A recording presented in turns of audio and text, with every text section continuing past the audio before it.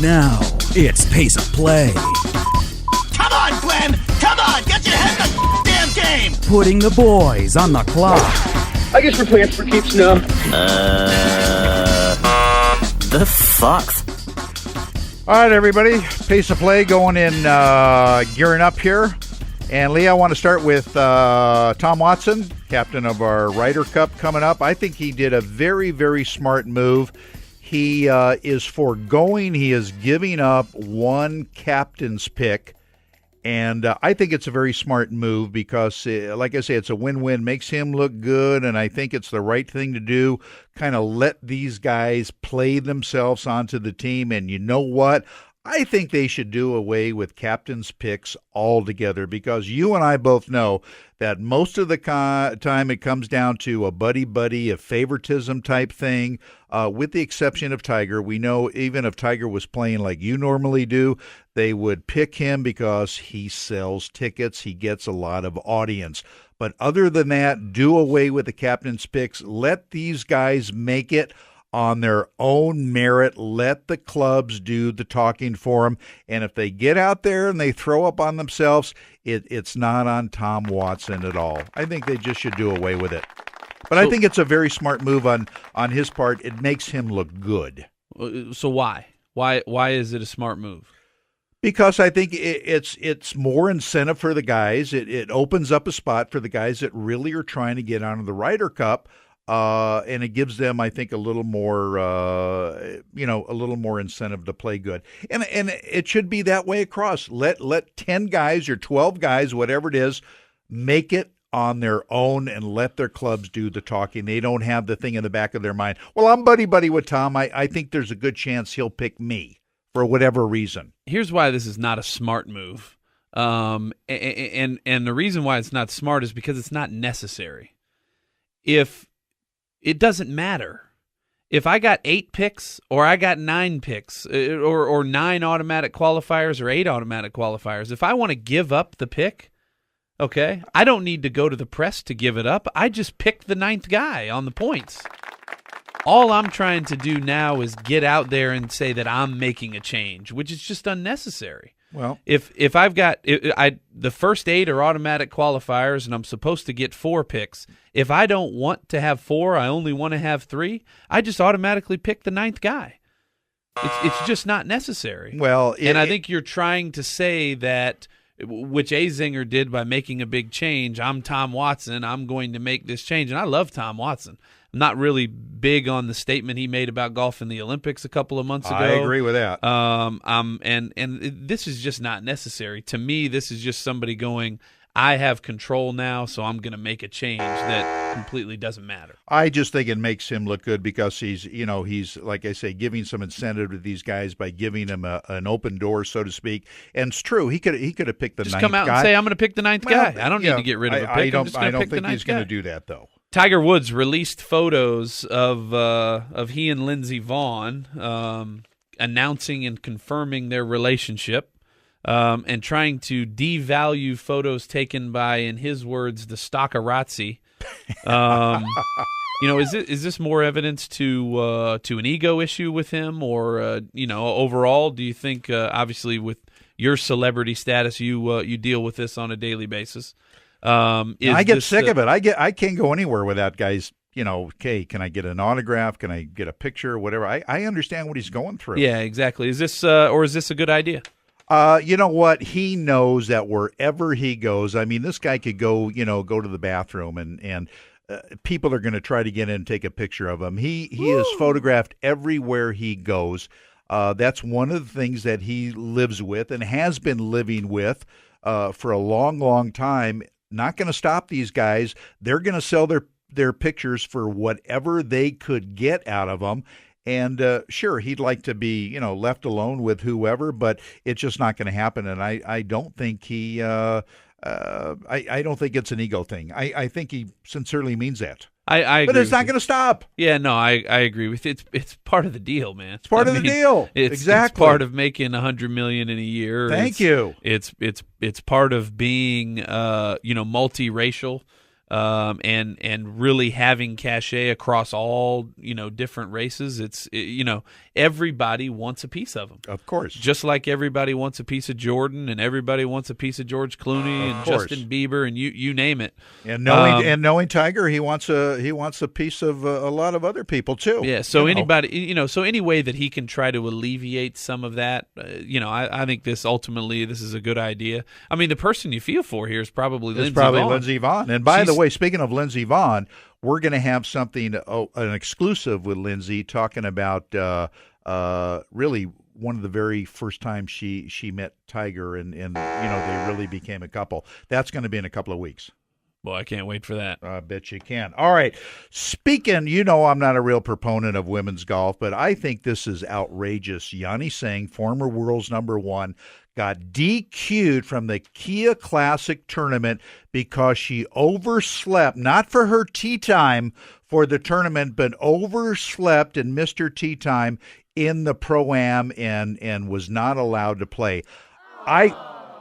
That's how she feels about it. That's how her fan feels about it. I think it's a little extremely. You know what you do, and it doesn't happen very often, number one, but when it does happen, I think rather than being DQ'd from the whole tournament, and the tournament sponsors aren't happy about it, she's a big draw. So, that's a big disappointment, number one. But you know what? As a penalty, a personal apology to her Pro-Am players, and make her give up a small percentage of her winnings to some organization as to make amends. But to get DQ'd because she misses a Pro-Am in the whole event, I think that's stupid. Well, first of all, you started this by saying you're not a big proponent of women's golf. I am not. Is that women playing in general, or LPGA, professional golf? Gotcha. Yeah. And I wanted to make sure you cleared that up because I knew that's what you that's what you thought. Yeah.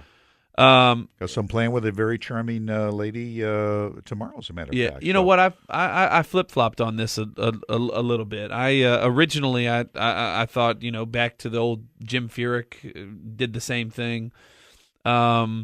There's two ways of looking at it. I mean, first of all, show up on time. I agree. Everybody else has to show up on time. I mean, no matter what you do in the business world, show up on time. There's 9 ways somebody could call you and get you up out of bed on time. Because I agree. There's a lot of sponsors. It's not like her tee time was at 6:30 either. It was 9:10 or something like that.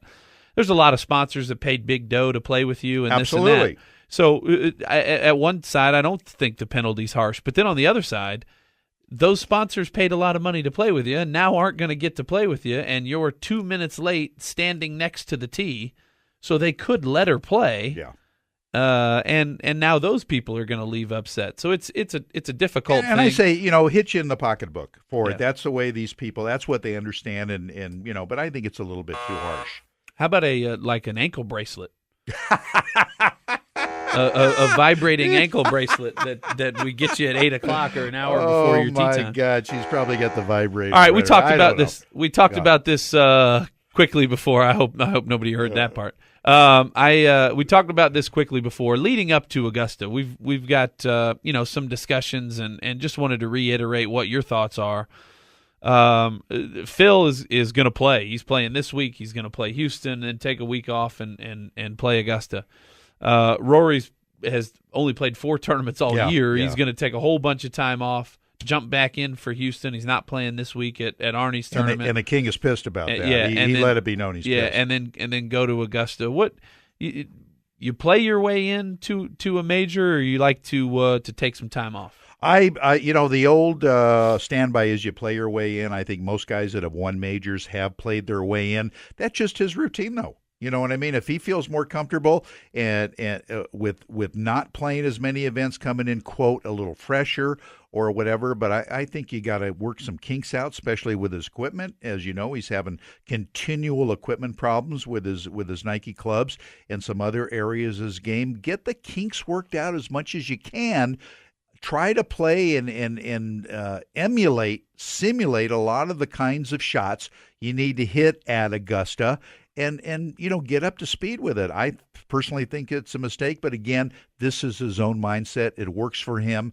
you can't knock them for it. Yeah, no, I agree. And let's not forget, though, this year's a little bit different. This it's evolved. The PGA Tour schedule has evolved as it leads up to Augusta and to where Houston used to be the week before, and everybody liked the layout and how it shaped up with Augusta and really got you prepared.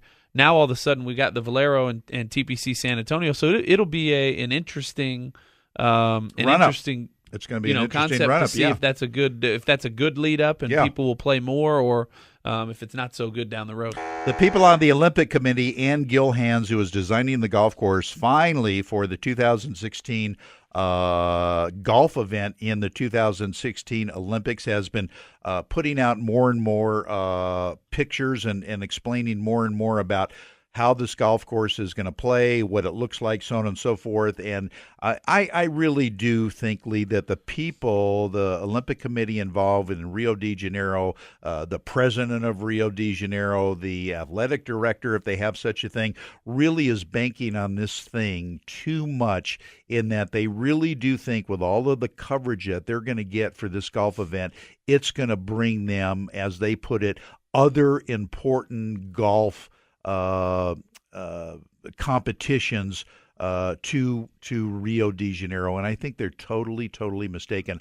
I said from the beginning, I don't think this is going to do for golf what they really expect it to do, and I don't know. Well, I think they're putting too much stock in it. I think it's two different questions. I mean, I think where you and I differ is I think that it will do a lot for the layman golfer to try to drive some activity, to promote golf, to grow the game worldwide. You're asking a question now, if you're talking about this particular venue or Rio in general, to attract high-level competitions, not growing the game to beginners and new golfers. Right. I don't think the Olympics is going to have an effect on that. I think the venue will have an effect on that. If this is a great golf course, and one that sits there and is not used, people will travel back to this thing and hold a competition. And other organizations will consider it as using it as a venue if it is a great golf course. It's all about the venue. Absolutely. It's going to be all about the venue. Absolutely. All right, that's going to wrap it up for this edition of Pace of Play.